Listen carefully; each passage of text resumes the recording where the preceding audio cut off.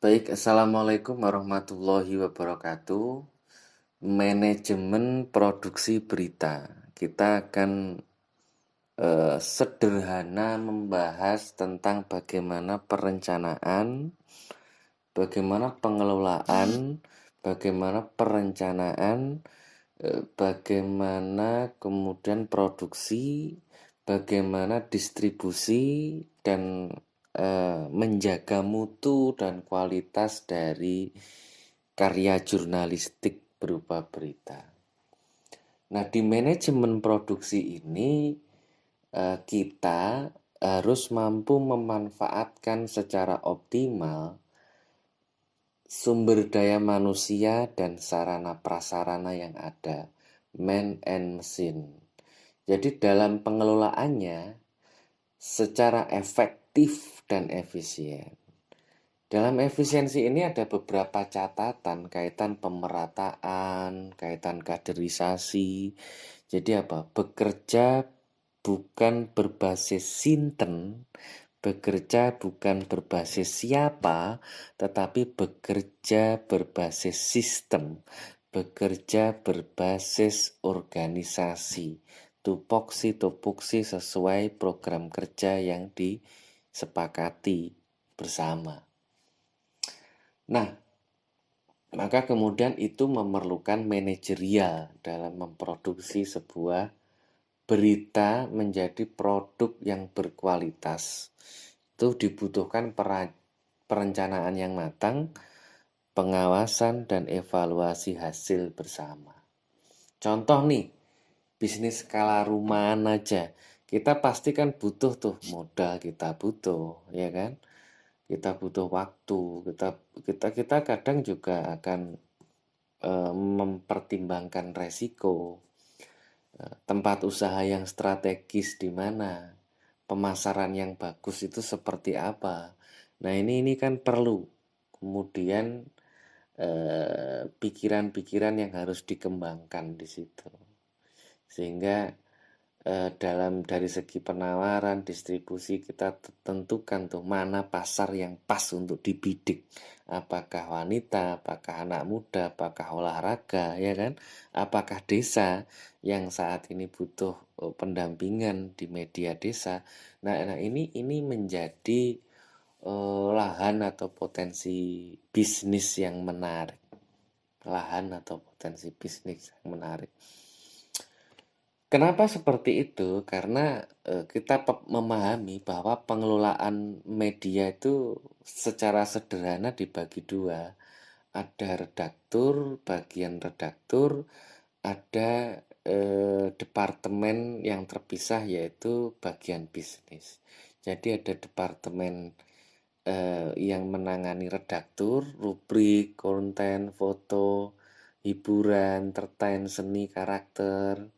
Kemudian ada yang nangani bisnisnya, bagaimana memproduksi itu, biaya yang harus dikeluarkan untuk upah dan semacamnya, periklanan agar lebih engaging, menarik, distribusi, termasuk administrasi, tidak hanya keuangan, tetapi juga inventarisir dan lain sebagainya.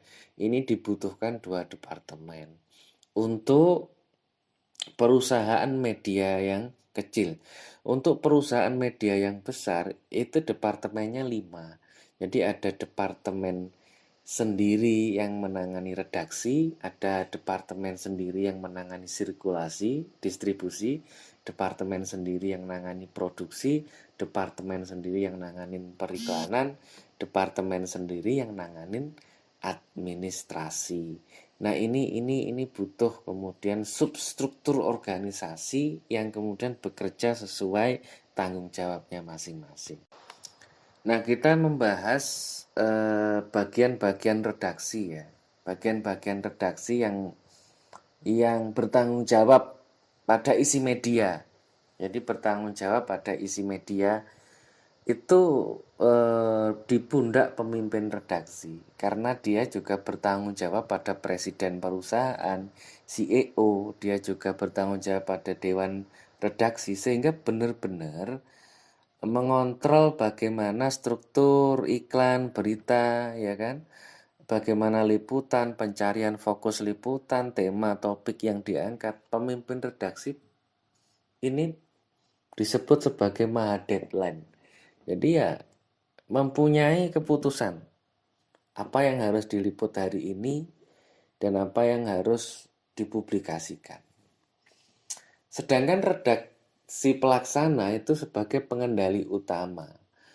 Dia berperan sebagai orang nomor 2 yang bertanggung jawab pada sirkulasi organisasi dalam ruang redaksi yang berjalan. Jadi bertanggung jawab pada seluruh aktivitas dalam ruang redaksi itu. Nah, editor itu juga disebut tukang jaga, jadi raja tega. Jadi ya hasil liputan produk informasi berita yang ditulis wartawan, fotografer. Kemudian itu dicoret-coret, dibenahi, diedit sehingga liputan atau tulisan wartawan itu dipandang layak untuk diterbitkan, Harus berani dan tegas menjadi seorang editor. Dan juga mengutamakan kepentingan pembaca dalam melihat isi berita. Ya kan? Memeriksa desain, headline, dan juga adanya bias berita. Ini penting bagi seorang editor. Nah, ini redaktur. Redaktur itu sama juga dengan koordinator liputan. Menjadi penanggung jawab rubrik halaman ataupun wilayah.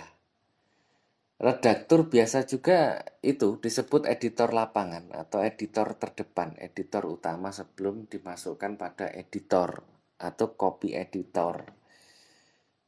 Sebelum ke situ maka redaktur itu berada di garis depan untuk merencanakan, mengelola, mengoreksi berita dari wartawan. Wartawan itu sebagai ujung tombak yang terjun di lapangan, fotografer itu yang membantu wartawan utamanya dari sisi seni foto, bagaimana foto itu agar berbicara, mendokumentasikan peristiwa. Sedangkan layouter itu penata artistik media sehingga menarik wajah media itu menarik bagi secara visual bagi pembaca. Nah, kerjanya seperti apa? Ya kerjanya ya setiap hari melakukan rapat, ditentukan kapan headline utama, kapan itu spotline ya atau berita yang mendadak atau ada liputan mendadak, kapan yang harus terjadwal harian, disetorkan berita, kemudian diedit, masuk pada produksi, percetakan dan lain sebagainya. Nah, ini bagian dari kerjanya. Kalau hierarkisnya kan wartawan, fotografer nyari tuh. Wartawan, fotografer nyari. Kemudian setelah mencari berita, informasi, kemudian dicek sama redaktur. Sampai kepada redaktur, kemudian dikoreksi lagi oleh editor. Setelah dikoreksi editor, kemudian dicek oleh redaktur, redaksi pelaksana, sampai kepada pemimpin redaksi, sehingga dikatakan ini layak terbit atau enggak, didesain menarik oleh layouter.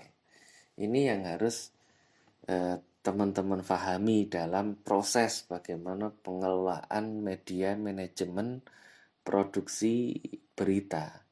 Departemen-departemen yang lain seperti periklanan, distribusi harus punya nilai jual market pasar yang bagus, branding, dan juga daya tawar yang menarik bagi media yang kita bawa, media yang menaungi kita. Sehingga produksi berita yang berkualitas itu akan mendatangkan banyak iklan. Nah, iklan itu sebagai modal kita untuk survive dalam berbisnis di di produksi berita, di pers, di media pemberitaan. Seperti itu. Nah, teman-teman, Pengalamannya seperti apa dijelaskan, nanti malam satu persatu akan saya tanyakan. Oke, makasih. Assalamualaikum warahmatullahi wabarakatuh.